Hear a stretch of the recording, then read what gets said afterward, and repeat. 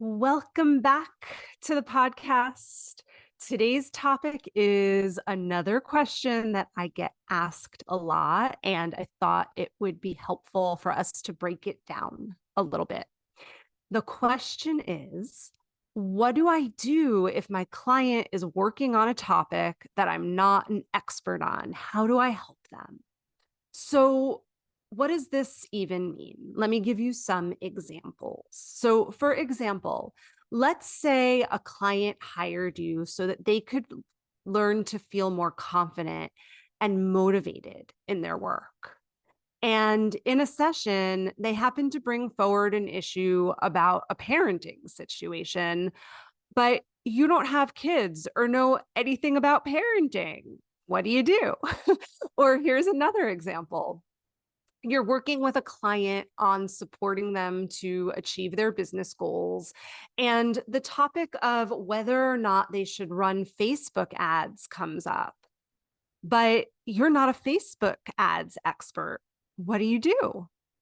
Or you're working with a client on their health goals, for example, and they decide that they'd like to spend less time in the office so that they can take better care of their bodies. But then this causes them to bring forward the question of, can I actually work less at my job? But you're not familiar with their industry. So what do you do? Right? And so on and so forth. There are so many examples. We may have a particular expertise and certain types of goals that we help our clients with.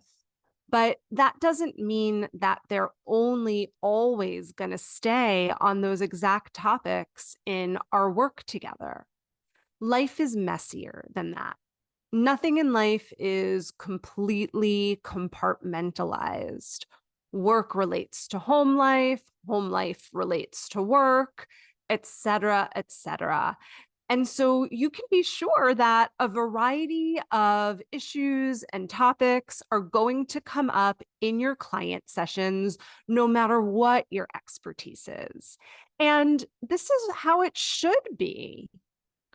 Over the decades, as I've supported my clients on the inner and outer work of growing their business and their leadership, as well as growing their transformational skills, my clients have brought forward pretty much every situation under the sun, whether it relates to parenting or caring for aging parents or wanting to leave marriages or cheating on partners or making decisions if they should move from their hometown or issues around chronic illness or figuring out how to write their one-woman show or deciding if they should ask investors for money, and on and on. And each and every one of these topics were important in the work that we were doing together. And of course, there is no way that I could ever be an expert in all of these things. And the truth is that I would end up making myself miserable if I tried to be an expert in all of these things.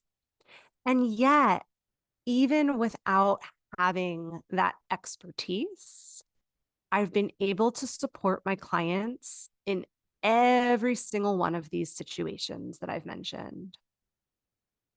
So how do we do this? How do you support clients in realms and situations that are out of your area of expertise? We're going to explore that topic today. And my hope is that you're going to walk away with some specific ideas and instructions on what to do next. And to start, as always, we need to first go deep and focus on you, my dear practitioner. So what do I mean by that? Well, as I've already shared on this podcast a number of times, And as the students in the Sacred Depths Transformational Practitioner Training learn very, very deeply, energy follows energy. And your energetics as a coach or a transformational practitioner are bar none. The beliefs and the energy that you bring to your client sessions and client situations dictate so much and impact your ability to respond to your clients in effective ways, right? It all starts with you and your energy and your beliefs. Now, in the case of what to do if a topic out of your expertise comes up, here's what energy follows energy means.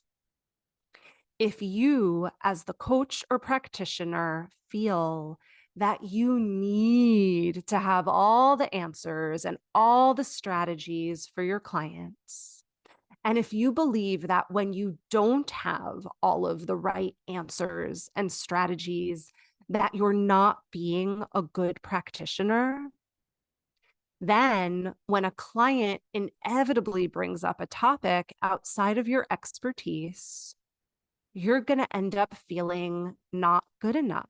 And you may also feel like you need to scramble to find the answer. But if you were to have a different set of beliefs and energy and approach about the work that you do, if you were to see your client work as a collaboration with your client, and if you were to understand that you're not actually there to provide all of the answers, that's the job of a consultant, not a coach or a transformational practitioner. And we'll talk more on that in a few minutes.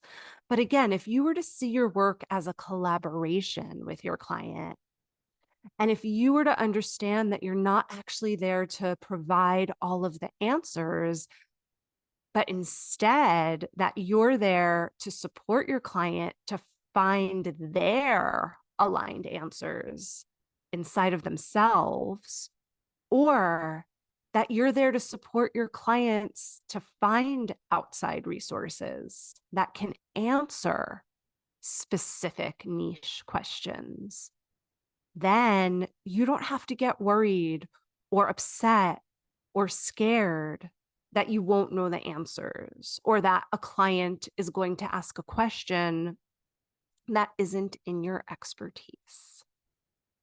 And I want to take this a step further and toss the following idea to you.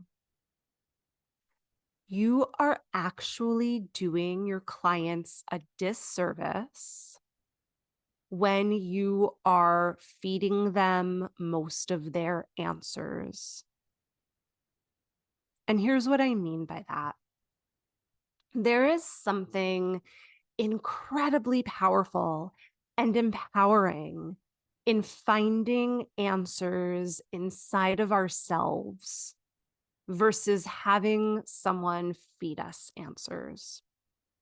Research shows that human beings learn better and stay more motivated and connected to goals when they, at least in part, generate the goals, the strategies, the ideas, and the initiatives themselves.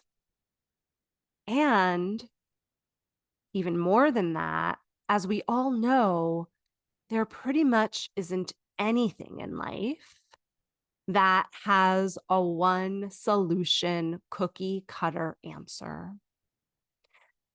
Helping clients find their own inner answers is often the best wisdom and ideas that they can generate for themselves. So, all that being said, here's another thing that's important for us to mention on all of this.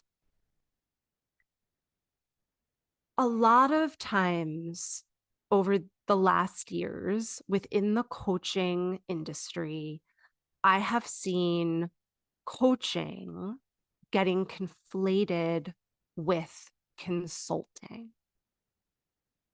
And coaching and consulting are different things. Coaching is about supporting your clients to find their inner answers and their inner strength and their inner motivation and their inner resilience. Consulting is about giving your clients answers. Now, consulting is a skill and a strategy that can absolutely be used within coaching.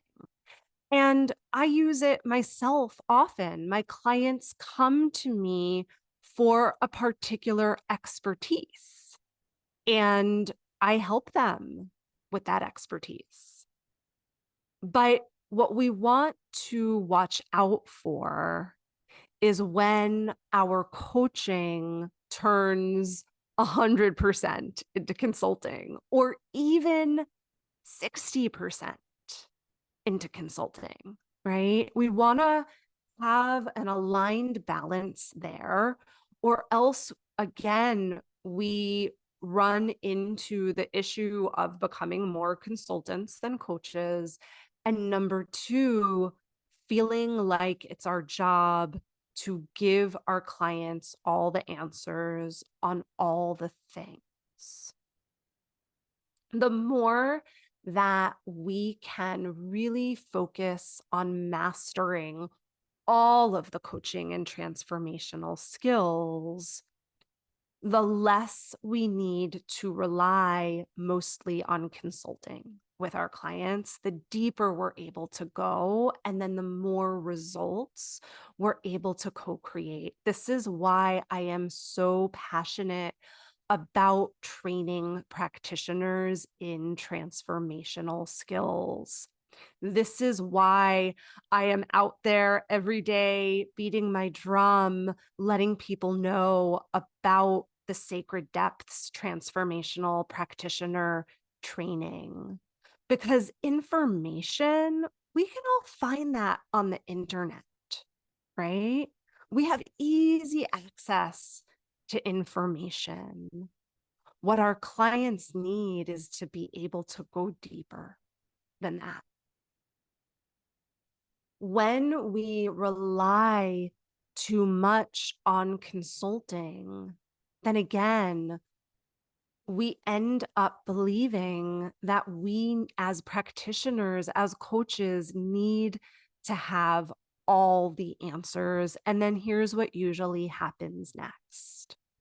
Maybe you get thrown off your game and you aren't able to be present with your clients and with their needs because you're too busy in your head worrying that you've messed up, or you don't know enough, or you're not good enough.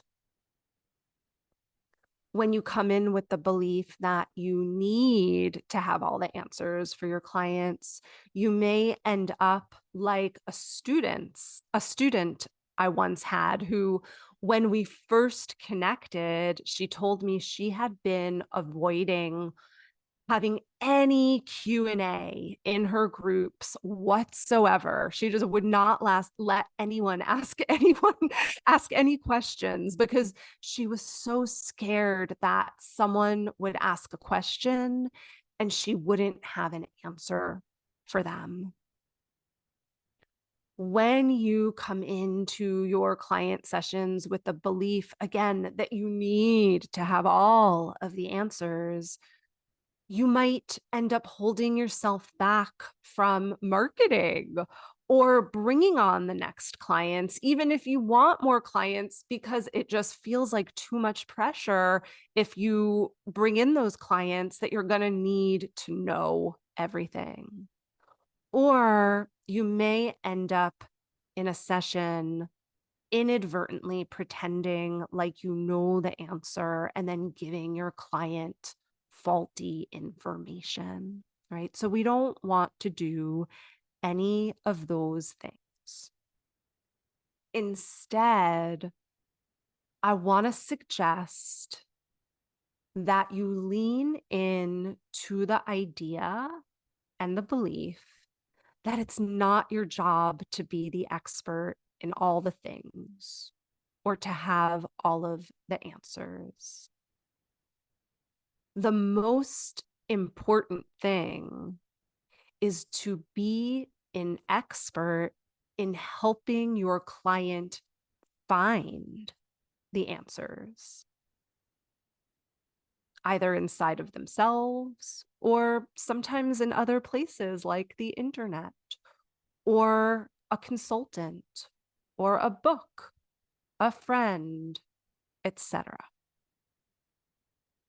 Okay, so let's pause on this for a moment. I'm going to give you some strategies in a couple of minutes for what to do when a client asks a question that you don't know the answer to. But before we get there, let's take a pause. And again, this is because the energetics make up the basis of everything. They are the foundation, right, of everything that you end up saying to your client. And on this pause, before we move on to strategy, I want to ask you this. Can you allow yourself to not have all or even the most of the answers? Can you allow yourself to not have all or even most of the answers? And if you find your answer to this question is no, that feels way too scary, I need to have all the answers, then I'd love to invite you to do some journaling on this. Why does it feel so scary? What's holding you back from believing that you don't need to be the smarty pants all the time? The answers to those questions are really important. Okay. So from there, from the energetics, then the next question is, what do you actually do when a client brings forward a situation where you don't have expertise or knowledge? Well, it depends on the situation. There are no cookie cutter situations or answers in sacred depths type coaching. Each client and each scenario is going to require its own response. But that being said, I can give you some thoughts and ideas to start to think about. So, in some situations, when a client brings forward a situation or a question that you don't have expertise or knowledge in, you're going to ask breakthrough questions that activate your client's inner wisdom, right? So instead of you answering the question or you giving a solution to a situation, you're going to ask questions that activate your client's inner wisdom. Let me give you an example of this. So let's say you have a client that comes to you and says, my husband and I don't share any of our finances. He has his account and I have my bank account, and we split household costs. I'm wondering if that's okay in marriage. What do couples in strong marriages do about their finances? Now, By the way, I'm bringing forward that case study because that's something that a client asked me once, and I am not an expert in marriage or finance. But regardless of whether or not you have an expertise in marriage and partnership finances, you can ask effective questions that can help lead your clients to answers and next steps that are aligned for them. For example, in this case study, in this scenario, you might ask some questions as follows. Why did you originally choose to have separate bank accounts? What do you appreciate about having separate bank accounts, and what do you not appreciate about having separate bank accounts? Or you could ask a question like this. What do you sense would be different in your marriage if you had a shared bank account? What fears come up for you when you consider keeping your bank account separate? Or what fears come up for you when you consider getting a joint account? Or what fears come up for you when you think about speaking with your husband about all of this? You might ask a question simply, what does your heart want you to know about all of this? Right? I went through those quickly. You probably would ask all of those questions, and there are many other types of breakthrough questions you could ask. But I hope, listener, that you can see through this little study that asking breakthrough questions can sometimes be even more important than giving answers from a place of expertise. Now, there are going to be other times when a client asks a question or brings up a situation that's outside of your expertise where asking more questions may not be appropriate, but instead, what's going to be appropriate in those moments is to support your client to get clear on where they can find the answer. So let me give you a little case study or example of this one. Let's say a client comes to you and says, I'm wondering if I should start using Facebook ads as part of my marketing strategy. And let's say you're not a Facebook ads expert. And again, I'm bringing this case study because this has happened in my client practice many times. I support clients in their business, but I'm not an expert in Facebook ads, but people wonder all the time within our work, should I start using Facebook ads as part of my strategy? So what do you do in this situation? Well, a couple of things. I want you to think about a couple of things. A Facebook ads strategist may have a lot of great information for your client.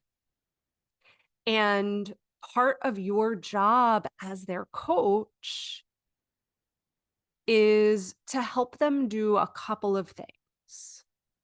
Number one, help them identify where they could find a Facebook ads expert. You may have some referrals. You may know someone, in which case that's a place to identify. But even if you don't have referrals, you can ask questions and brainstorm together on where your client might be able to start looking to find a Facebook ads expert. That being said, your coaching them on this topic may go even further, and this is important. You may want to consider that part of your role in supporting your clients to get more clear if Facebook ads are should be part of their marketing strategy isn't just to help them identify where they could find the expert, but also to help them get more clear on what questions to bring initially to the expert and what to look for to know if that expert is the right person for them, right? So there is a lot of value that you can still give, even if you are helping a client find information or find a particular expert. Before we wrap this episode up, a few last things that I hope are going to be inspirational. I want to share with you some of my beloved phrases when a client asks a question that I don't know the answer to. First beloved phrase, I use it a lot. I don't know. For the longest time, the first few years that I was a coach and a practitioner, I stayed away from saying, I don't know. It felt like the worst thing in the world that I could say to a client is, I don't know. I worried that it would make me look not experienced enough, not good enough at what I do, not expert enough. But over the years, as I've worked on this energetic and everything that we've been talking about today more and more, now I love to say, I don't know. It's so freeing, right? And also, it's such great modeling for our clients. Energy follows energy. If I'm okay as the practitioner with not knowing everything, it supports my client to be okay with not knowing everything. And that just automatically helps them feel better about themselves, gives them more confidence, etc., etc. Right? So consider saying, I don't know. Here's another one of my beloved phrases. I don't know, but I'd love to do some research for you on that. Now, I'm not going to, as someone's coach or transformational practitioner, I'm not going to go and spend hours and hours on finding the answer to every little question I don't have the answer to. But that being said, every now and again, a client will bring up a question that I don't have the answer to, but it's adjacent to my expertise, or it's something that I know I could quickly access the answer to way quicker than my client could. If that's the case, I'll say, I don't know, but I can do some research for you and I'll get back to you, right? So that's something to have in your toolbox. Here's another one of my beloved phrases. And this is one for groups, right? If someone asks a question in a group and you don't know the answer, I don't know the answer to that question.